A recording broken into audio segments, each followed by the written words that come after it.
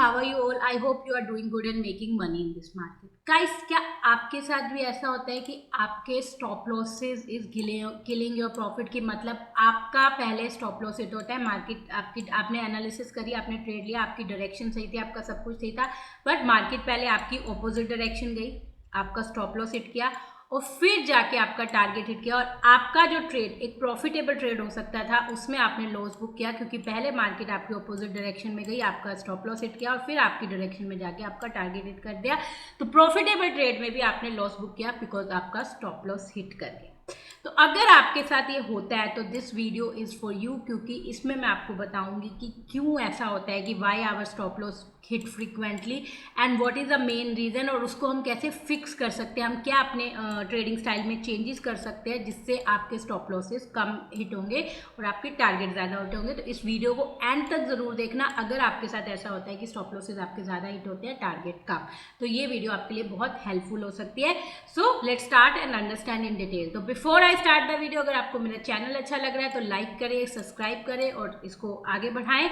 और अगर आपने अभी तक मेरा टेलीग्राम चैनल ज्वाइन नहीं किया, I give the link of the free Telegram channel जिसमें मैं मार्केट का मोमेंटम एनालिसिस और अपने ट्रेड शेयर करती हूँ जो आपके लिए लाइव मार्केट में हेल्पफुल हो सकते हैं। So let's understand in detail. Why does stop loss? Why does my stop loss always get hit? Does it always happen to you that whenever you take a trade, place a stop loss, it get hit first and then price move to your target? क्यों मेरे साथ ही ऐसा होता है? क्योंकि काफ़ी traders की यही कंप्लेन है कि हमेशा मेरे साथ ही ऐसा क्यों होता है। Is it operator? मतलब ऑपरेटर क्या करता है, पहले आपके स्टॉप लॉस काटता है फिर टारगेट मार्केट की तरफ ऊपर लेके जाता है? नहीं, this is it doesn't mean that operators know your stop loss.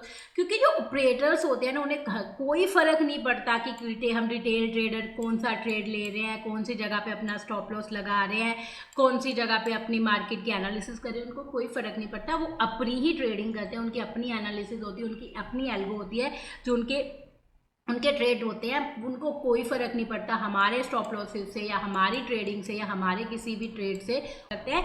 This is our own mistakes, हमारी अपनी ही कुछ ऐसी गलतियां होती हैं जिसकी वजह से पहले हमारे स्टॉप लॉसेस हिट होते हैं फिर जाके हमारे टारगेट हिट होते हैं। तो आज की वीडियो में अभी मैं आपको एक एक करके डिटेल में बताऊंगी कि ऐसी कौन सी हम मिस्टेक करते हैं और उसे हम कैसे रेक्टिफाई कर सकते हैं। सबसे बड़ी मिस्टेक जो एक ट्रेडर करता है, stop loss is too tight. मतलब अपने स्टॉप लॉस को इतना छोटा लगा देंगे कि मार्केट में ब्रीथ करने की भी जगह नहीं मिलेगी। मतलब वो क्या करेंगे, मान लो आप निफ्टी की कोई कॉल ले रहे हो, निफ्टी की कोई कॉल में आपने ली 140 की कॉल, आपने स्टॉप लॉस लगा दिया 135, मतलब सिर्फ 5 पॉइंट का स्टॉप लॉस।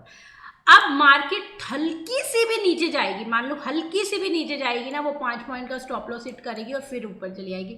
मतलब स्टॉप लॉस इतना लोग टाइट लगाते हैं कि मार्केट में उनको, मतलब मार्केट को ब्रीथ करने का भी मौका नहीं देंगे कि मार्केट हल्की सी भी मूवमेंट देगी उनका स्टॉप लॉस हिट हो जाएगा। तो trader often play tight stop loss like 5 to 10 point in Nifty. अगर बैंक निफ्टी में कर रहे हैं तो 20 पॉइंट का लगा देंगे, अगर सेंसेक्स में कर रहे हैं तो 20 पॉइंट का या 25 पॉइंट का लगा देंगे। भाई इतना टाइट स्टॉप लॉस लगाओगे तो मार्केट थोड़ी सी भी, अगर, क्योंकि देखो होता क्या है मार्केट में, अगर मार्केट ने ऊपर जाना है तो हो सकता है एक छोटा सा रिवर्सल लेके फिर मार्केट दोबारा ऊपर जाए। तो अगर आप अपना बहुत टाइट स्टॉप लॉस लगाते हो तो मार्केट के छोटे से रिवर्सल में ही आपका स्टॉप लॉस हिट हो जाता है, फिर मार्केट ऊपर चली जाती है और आपका टारगेट हो जाता है। तो इसलिए सबसे बड़ी और कॉमन मिस्टेक जो ट्रेडर करते हैं जिसकी वजह से उनका स्टॉप लॉस बहुत होता है, ज़्यादा हिट होता है, कि स्टॉप लॉस बहुत ज़्यादा टाइट स्टॉप लॉस रखते हैं, मार्केट को ब्रीथ करने की भी जगह नहीं देते हैं। तो small price reversal it your stop loss for the actual move bigger. तो ये आपके लिए सबसे बड़ी और सबसे, आप ही मुझे कमेंट सेक्शन में जरूर बताना कि आप भी ये मिस्टेक करते हो, अपने स्टॉप लॉस को बहुत छोटा रखते हो ताकि मेरा लॉसेस कम हो, बट उस लॉसेस कम करने के चक्कर में आप मार्केट को ब्रीथ करने का भी मौका नहीं देते हो। तो स्मार्ट स्टॉप लॉस स्ट्रैटेजी क्या होती है, आपको अपनी ऑप्शन प्राइस के अकॉर्डिंग कि कौन सी आप ऑप्शन ले रहे हो, in the money, out of money या एट द मनी, आप कौन सी ऑप्शन ले रहे हो उसके अकॉर्डिंग आपके अपने स्टॉप लॉस को आपको एडजस्ट करना होता है। क्योंकि हर ऑप्शन के जो होती है ना, आईवी अलग होती है, और जब आईवी अलग होती है तो वो प्राइस एक्शन के अकॉर्डिंग उसकी मूवमेंट भी अलग होती है। मतलब अगर deep in the money option है तो अगर प्राइस निफ्टी मूव करे तो उसकी मूवमेंट फास्ट होगी, आउट ऑफ मनी ऑप्शन है निफ्टी मूवमेंट के अकॉर्डिंग उसकी मूवमेंट कम होगी। तो आपको हर ऑप्शन के अकॉर्डिंग अपने स्टॉप लॉस को एडजस्ट करना होता है। मान लो आप deep in the money option में ट्रेड कर रहे हो, deep in the money option में ट्रेड कर रहे हो तो आपका स्टॉप लॉस 20 टू 20 पॉइंट से मैं निफ्टी की बात कर रही हूँ, बैंक निफ्टी का भी बता दूंगी। अगर आप deep in the money option कर रहे हो तो आपका जो स्टॉप लॉस है वो 20 टू 22 पॉइंट्स के से लेस नहीं होना चाहिए। अगर आप in the money option trade कर रहे हो नियरेस्ट इन द मनी तो 18 से 20 पॉइंट होना चाहिए, और अगर आप एट द मनी ऑप्शन कर रहे हो तो आपका 16 से 18 पॉइंट होना चाहिए। इससे छोटा स्टॉप लॉस रखोगे तो आपका स्टॉप लॉस पहले हिट होगा और टारगेट बाद में। अब आप कहोगे मैम इसमें तो मेरे लॉसेस ज़्यादा हो सकते हैं। गाइस अपनी पोजीशन साइज को एडजस्ट करो ना। मान लो आपने बोला कि मुझे 3000 से ज़्यादा रिस्क नहीं लेना, अगर 3000 से ज़्यादा नहीं रिस्क लेना, आपने स्टॉप लॉस 20 पॉइंट रखा है तो आप 150 क्वांटिटी रखो। आप जरूरी थोड़ा ना आपने 225 क्वांटिटी रखनी है, आप 150 क्वांटिटी रखो, इससे आपको 3000 से ज़्यादा लॉसेज नहीं होंगे। आप अपने पोजीशन को अपने स्टॉप लॉस के अकॉर्डिंग एडजस्ट करो, बट अपने स्टॉप लॉस को अगर आप एडजस्ट करने की कोशिश करोगे तो आपके स्टॉप लॉस जल्दी हिट होंगे। तो और कभी भी स्टॉप लॉस को टाइट नहीं रखना चाहिए। अब आप अगर बैंक निफ्टी की बात करें तो डीप इन द मनी में ऑप्शन में आपका 50 पॉइंट से कम स्टॉप लॉस नहीं होना चाहिए, इन द मनी ऑप्शन में 40 पॉइंट से कम नहीं होना चाहिए, और एट द मनी ऑप्शन में 30 टू 35 पॉइंट से कम नहीं होना चाहिए, वरना आपके स्टॉप लॉसेज उठ जाएंगे। सेम विद सेंसेक्स में भी ऐसे ही होना चाहिए 50, 40, 30 टू 35 पॉइंट, ताकि अगर छोटा मोटा भी रिवर्सल आए तो मार्केट आपको ब्रीथ करने का मौका। ठीक है, next problem, let's understand next problem. Placing the stop loss at obvious level, what I mean by that, suppose आप कोई ब्रेकआउट ट्रेड ले रहे हो, मान लो ये आपकी निफ्टी पे एक लेवल है 24,725, ठीक है, आपने क्या किया, इस ब्रेकआउट पे कॉल ले ली, ठीक है। अब आपने क्या बोला कि मेरा ब्रेकआउट पे कॉल है, मेरा स्टॉप लॉस एग्जैक्ट इसी लेवल पे होगा 24,725, अगर वापस आके निफ्टी इस लेवल को टच करेगी तो मैं निकल जाऊंगा, ठीक है। बट इसमें प्रॉब्लम क्या होगी, मार्केट मान लो एक ये आपने ब्रेकआउट ट्रेड लिया, अब मार्केट को एक बार दोबारा इस मान लो यहाँ पे कुछ बाय ऑर्डर लगे हुए थे इस लेवल पे, ठीक है, अब वो बाय ऑर्डर एग्जीक्यूट हो गए 50%, अब 50% बाय ऑर्डर अभी भी इस लेवल पे पेंडिंग है ऑपरेटर के। अब मार्केट क्या करेगी, एक बार नीचे आएगी, इस लेवल को दोबारा टच करेगी, पेंडिंग बाय ऑर्डर एग्जीक्यूट करेगी और फिर मार्केट रिवर्सल ले जाएगी। इस केस में अगर आपने stop loss exact obviously level पे लगा दिया तो प्रॉब्लम क्या होगी, आपका पहले स्टॉप लॉस हिट होगा, फिर जाके आपका टारगेट हिट होगा। ये सेम आप किसी ईएमए के ब्रेकआउट पे ले रहे हो या आप किसी ट्रेंड लाइन के ब्रेकआउट पे ले रहे हो, किसी लेवल के ब्रेकआउट पे ले रहे हो, but the problem people does it कि वो एग्जैक्ट उसी लेवल पे स्टॉप लॉस लगा देते हैं कि वापस मार्केट, और मार्केट हमेशा क्या होता है, कभी भी किसी ब्रेकआउट पे एक साथ सारे ऑर्डर एग्जीक्यूट नहीं होते, क्योंकि ऑपरेटर्स के जो ऑर्डर्स होते हैं वो बहुत हाई क्वांटिटी में होते हैं। तो क्या होता है, एक बार ब्रेकआउट होता है, एक बार मार्केट दोबारा जो रिवर्सल लेती है, तो इस केस में अगर आप ऑब्वियसली इसी लेवल पे स्टॉप लॉस लगाओगे तो आपका पहले स्टॉप लॉस हिट होगा, फिर जाके टारगेट होगा। तो many traded of stop loss right at the breakout level, right at the EMA which often result a premature axis, मतलब आपका एग्जिट होता है। Price frequently retests the breakout or support level before making any fresh move upward, the trigger slow stop loss। तो आपको क्या करना है, अगर आप इसके नीचे स्टॉप लॉस किसी लेवल के ब्रेकआउट पे ट्रेड कर रहे हो तो ऑलवेज वेट, जब मार्केट रिवर्सल ले तो इसके नीचे एक 5 मिनट की कैंडल, जो जितने भी मिनट का आप ब्रेकआउट पे ट्रेड कर रहे हैं, मतलब 5 मिनट का, 15 मिनट का, उतने मिनट की एक कैंडल क्लोजिंग का जरूर वेट करें बिफोर एग्जिस्टिंग द ट्रेड। इससे क्या होगा, अगर मार्केट में दोबारा यहाँ से रिवर्सल लेना होगा तो इस लेवल को टच करके जब रिवर्सल लेगी, कैंडल नीचे क्लोज नहीं होगी और आपका स्टॉप लॉस सेफ हो जाएगा, ठीक है। तो always place the stop loss, always wait for the candle closing below the breakout level या above the breakdown level to before existing the trade. इससे आप अपने स्टॉप लॉस को सेव कर सकते हो। बट इस चीज़ में एक चीज़ ध्यान रखना, हमेशा एक मास्टर स्टॉप लॉस जरूर सिस्टम में लगा देना, नहीं तो मान लो कई बार क्या होता है, मार्केट ने एक रिवर्सल लिया, हो सकता है ये ब्रेकआउट फेलियर ऊपर गई और फिर मार्केट ने एक जबरदस्त डिप दी, तो अगर आप कैंडल क्लोजिंग का बाय चांस वेट करें और कैंडल इतनी बड़ी क्लोज हो गई तो आपको बहुत बड़े लॉसेज हो जाएंगे। जैसे एक master stop loss 30 point in Nifty, 60 point in bank Nifty option की बात करिए, ऐसे एक मास्टर स्टॉप लॉस ऑप्शन में लगा दो। इससे क्या होगा कि अगर मार्केट ने ब्रेकआउट फेलियर देना होगा और एक सडन डिप आएगी तो इससे क्या होगा, आपका मास्टर स्टॉप लॉस में आपका ट्रेड निकल जाएगा और आपको लॉसेस कम होंगे। बट अगर मार्केट डिप नहीं देगी, कैंडल क्लोजिंग नहीं होगी, रिवर्सल लेगी, तो आपका टारगेट हिट हो जाएगा, ठीक है। तो 2 प्रॉब्लम समझ आ गई। अब let's understand the third problem, implied volatility based stop loss adjustment, मतलब आईवी के अकॉर्डिंग अपने स्टॉप लॉस को एडजस्ट ना करना। देखो कई बार क्या होता है, मार्केट में आपने देखा होगा इंडिया विक्स, इंडिया विक्स कभी इंक्रीज बहुत हो जाती है, कभी डिक्रीज बहुत हो जाती है और कभी न्यूट्रल चलती है। इसके अकॉर्डिंग हमें अपने ऑप्शन की स्टॉप लॉस को एडजस्ट करना पड़ता है। जो लोग ऑप्शन बायर नहीं करते वो तो आईवी को देखते भी नहीं है। आईवी क्या चीज़ है भाई, आईवी तो कुछ भी नहीं है, हम तो बस ऑप्शन बायर है, हमने तो बस अपना स्टॉप लॉस लगाना है, हो गया काम। नहीं, आईवी बहुत ज़्यादा मेजर इम्पैक्ट डालती है आपके ऑप्शन के प्राइस पे। आपने देखा होगा कभी कोई बिग इवेंट आना होता है, या जैसे इलेक्शन है या कोई बजट है या कुछ भी बिग इवेंट आ रहा होता है, तो हमारी India VIX all of sudden increase हो जाती है, 16, 17, 18 चली जाती है। कोरोना में तो 40, 50 भी गई थी। जब आईवी इंक्रीज होती है तो आपने देखा होगा हमारे ऑप्शन के प्राइजेस भी बहुत अच्छी खासे बढ़ जाते हैं। मतलब अगर हमारी 11 आईवी चल रही है, जो इन द मनी ऑप्शन होती है, nearest in the money option, वो इन निफ्टी की मैक्सिमम 150, 130 ऐसे चल रही होती है। बट अगर आईवी 16, 17 चली जाती है इंडिया विक्स, तो हमारे ऑप्शन, यही ऑप्शन हमें 200, 200 से प्लस मिलती है। ठीक है, अब आईवी बढ़ गया, इंडिया विक्स बढ़ गया, ऑप्शन के प्राइस बढ़ गए, बट आप वही सेम स्टॉप लॉस 20 पॉइंट का लगा के चलोगे तो हो गया काम। क्योंकि अगर इंडिया विक्स हाई है और निफ्टी के ऑप्शन के प्राइस हाई है तो आपको अपने स्टॉप लॉस को भी इंक्रीज करना पड़ेगा as per the India VIX. क्योंकि यही मिस्टेक होती है कि जब हाई आप, मैं क्योंकि मैंने क्यों बोला था डीप इन द मनी में आपको ज़्यादा बिग स्टॉप लॉस लगाना है, क्योंकि deep in the money option का आईवी हाई होता है। तो हमेशा ये ध्यान रखना कि इंडिया विक्स को ज़रूर देखते रहना अपनी ऑप्शन के प्राइजेस को देखने के लिए और अपने स्टॉप लॉस को एडजस्ट करने के लिए। सेम स्टॉप्स ओके, तो कॉमन मिस्टेक क्या होती है, same SL for low IV and high IV condition which often result in premature exit in high IV premium move widely hitting the tight stop loss. देखो जब India VIX high होती है तो movement भी बहुत वाइल्ड होती है, मतलब मार्केट बहुत ज़्यादा जल्दी ऊपर नीचे की मूवमेंट देती है, तो इसमें हमारे stop losses, tight stop loss या छोटे स्टॉप लॉस जल्दी हिट होते हैं।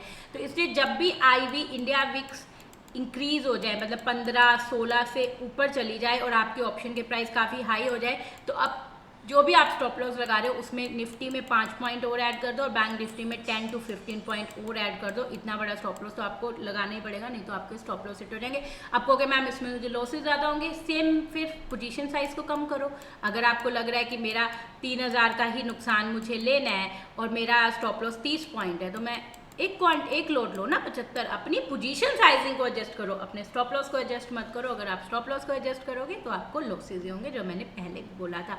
तो always adjust your stop loss as per the IV. जो भी इंडिया विक्स की हाई और लो के अकॉर्डिंग अपने स्टॉप लॉसेस को एडजस्ट जरूर करो, तभी आप मार्केट में लंबे टिक पाओगे, otherwise you will make a losses. ठीक है, अब समझते हैं next problem. Next and last problem जो होती है, जो सबसे ज़्यादा लोगों को लॉसेस देती है, वो होती है no trailing your stop loss. मतलब आपने क्या किया, आपने अब एक ट्रेड पे निकल गए, मान लो मैंने 130 की ऑप्शन ली, 145 आई, मैं निकल गई, बट मार्केट आज बहुत अच्छी ट्रेंडी थी, वो ऑप्शन 130 की वाली 200 तक चली गई। अब मैं बैठ के सोच रहा हूँ कि यार मैंने तो बड़ी जल्दी निकाल दिया। अब मैं मिस्टेक क्या करूँगा, मैं क्या करूँगा, 130 वाली जब 150 या 60 हो जाएगी ना, मैं सोचूंगा मैंने जल्दी निकाल दिया, मैं उसको दोबारा लेने की कोशिश करूँगा, क्योंकि मुझे लगेगा कि मैंने जल्दी निकाल दिया।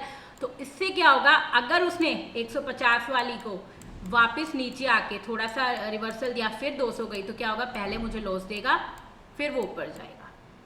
ठीक है, तो ये जो कॉमन मिस्टेक सारे ट्रेडर करते हैं कि जब वो छोटे प्रॉफिट में निकल जाते हैं, तो उसके बाद अगर मार्केट उनकी डायरेक्शन में बढ़े चली जाती है, तो फिर वो क्या करते हैं, हाई प्राइस पे दोबारा बाय करने की कोशिश करते हैं। बट उसमें नुकसान क्या होता है, जब आप हाई प्राइस पे लोगे तो छोटा मोटा रिवर्सल, क्योंकि आपने क्या किया, हाई प्राइस पे लिया और जब मार्केट थोड़ी सी बैक आती है आप डर गए, क्योंकि आपने कोई सेटअप तो फॉलो नहीं किया, बस आपको ये लगा कि मार्केट अब ऊपर जा रही है, मैंने जल्दी निकल गया, मैं और बाय कर लेता हूँ। जब आपने हाई प्राइस पे लिया और छोटे रिवर्सल में आप अपने लॉस को बुक करोगे, फिर पता लगे मार्केट ने छोटा रिवर्सल लिया और मार्केट फिर ऊपर चलेगी, तो आपने लॉस कर लिया बट मार्केट फिर ऊपर चली गई। Many trader book profit too early, setting the small target और other big mistake when the market is the strong mood, trader often chase and enter at the higher price, leading to poor risk reward trade। क्योंकि जब आप high price पे tenter करोगे तो आपका risk reward भी बहुत गलत हो जाएगा, आपको लॉसेस भी ज़्यादा होंगे। तो ये सबसे बड़ी इशू होता है कि जब आप अपने प्रॉफिट को जल्दी बुक करते हो। अब इस केस में आपको क्या करना है, देखो अगर आप 1 या 2 लोट से ट्रेड कर रहे हो, एक या दो लोड से ट्रेड कर रहे हो, तो फिर अगर आप अपने फर्स्ट टारगेट में, मान लो आपका फर्स्ट टारगेट 15 पॉइंट है या 20 पॉइंट है किसी भी ऑप्शन में, अगर आप निकल गए हो तो फिर सिस्टम को बंद कर दो, दोबारा उस ऑप्शन को मत देखो, क्योंकि अगर वो हायर प्राइस पे जा रही है तो अवॉइड करो। क्योंकि अगर आप trading with small quantity, book full profit है the first target and avoid over trading. देखो एक स्मॉल क्वांटिटी के साथ ट्रेल करना बहुत मुश्किल होता है, क्योंकि प्रॉब्लम क्या होती है, जो ये वन साइडेड मूव आती है ना, वो 10 to 15% आती है, ठीक है, 10 to 15% आती है। तो अगर आप स्मॉल क्वांटिटी के साथ ट्रेड करोगे तो आपको सिर्फ 10 to 15% ऐसे दिन होंगे जिस दिन आपको बड़ा प्रॉफिट होगा, बाकी दिन ऐसे होंगे कि आपका ट्रेलिंग स्टॉप लॉस हिट हो जाएगा और आपको लॉसेज हो जाएंगे, ठीक है। तो इसलिए जब भी अगर आप स्मॉल क्वांटिटी के साथ ट्रेड कर रहे हो तो आपको अपना फर्स्ट या सेकंड टारगेट जो भी आपका 15-20 पॉइंट है या जितना भी टारगेट है उस पर निकल जाओ, और उसके बाद दोबारा उस ऑप्शन को पलट के मत देखो, अपने नए सेटअप या नई एंट्री का वेट करो ताकि आप ओवर ट्रेडिंग ना करो। क्योंकि अगर आप छोटी क्वांटिटी से ट्रेड करो फिर एंड हाई प्राइस पे जाने की कोशिश करोगे तो you will lose the money. So always if you are trading small quantity, book full profit and first target and avoid over trading. उसके बाद वेट करो कि मेरा जो सेटअप है, जो मुझे कोई फ्रेश ट्रेड देगा तभी मैं ट्रेड करूंगा, अदरवाइज नहीं, ठीक है। But if you are trading with large quantity, book 50%, book 50। अगर आप लार्ज क्वांटिटी से ट्रेड करो तो book 50% at the first target, 25% at the second target और 75% को छोड़ दो ट्रेल करने के लिए। उसमें क्या करो, हर 10 या 15 पॉइंट की मूव के बाद अपने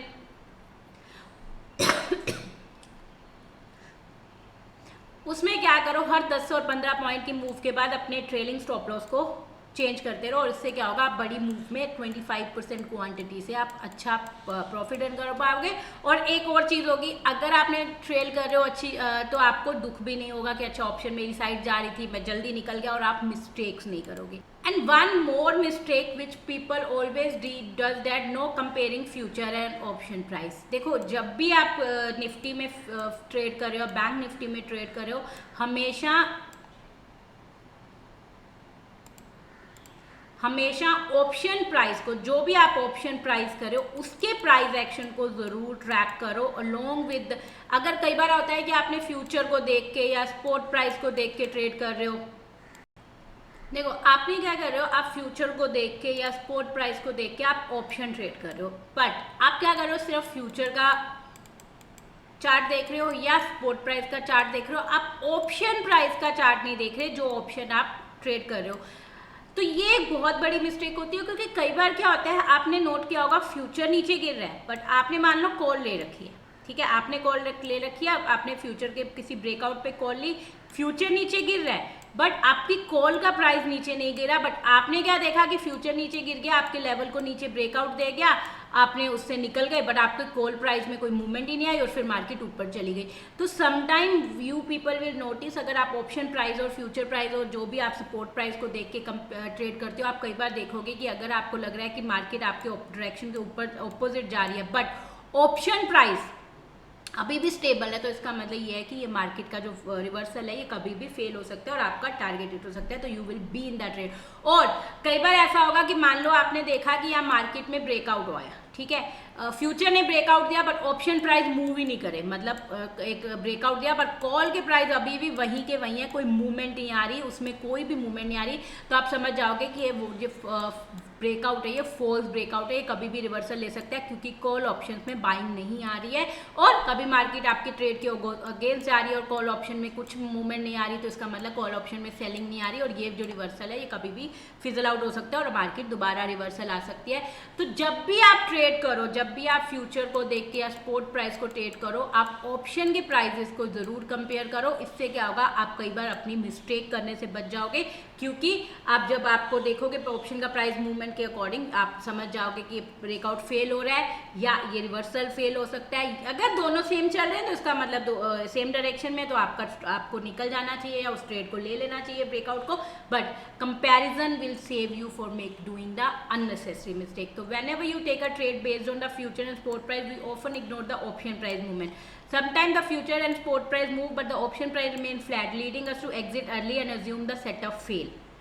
ठीक है, तो always compare the option price movement along with the future or spot price. It help you to better understand the market behavior and avoid costly mistake. तो जब भी आप ट्रेड करो ऑप्शन प्राइस को, स्पॉट प्राइस को और future price को, जो भी ऑप्शन आपने ट्रेड करी है उसको कंपेयर ज़रूर करो। इससे क्या होगा, आपकी जो कॉमन मिस्टेक्स हैं या गलतियाँ हैं वो रुकेंगी, और देखना इससे आपकी ट्रेडिंग भी इम्प्रूव होगी। तो इसे ट्राई ज़रूर करना। So these are the all mistakes which we do to which help which cause give us a losses, and हमारा स्टॉप लॉस पहले हिट होता है। तो इन मिस्टेक्स को समझो, अंडरस्टैंड करो और try to avoid this mistake. और मुझे कमेंट सेक्शन में ज़रूर बताना कि इनमें से कौन सी मिस्टेक है जो आप हमेशा करते हो जिसकी वजह से आपका स्टॉप लॉस हिट होता है, और इस वीडियो से आपको वो अंडरस्टैंडिंग हुआ तो मुझे ज़रूर बताना। And thank you so much guys for watching this video, और I hope this video will impact in your trading style. So thank you so much guys, bye bye.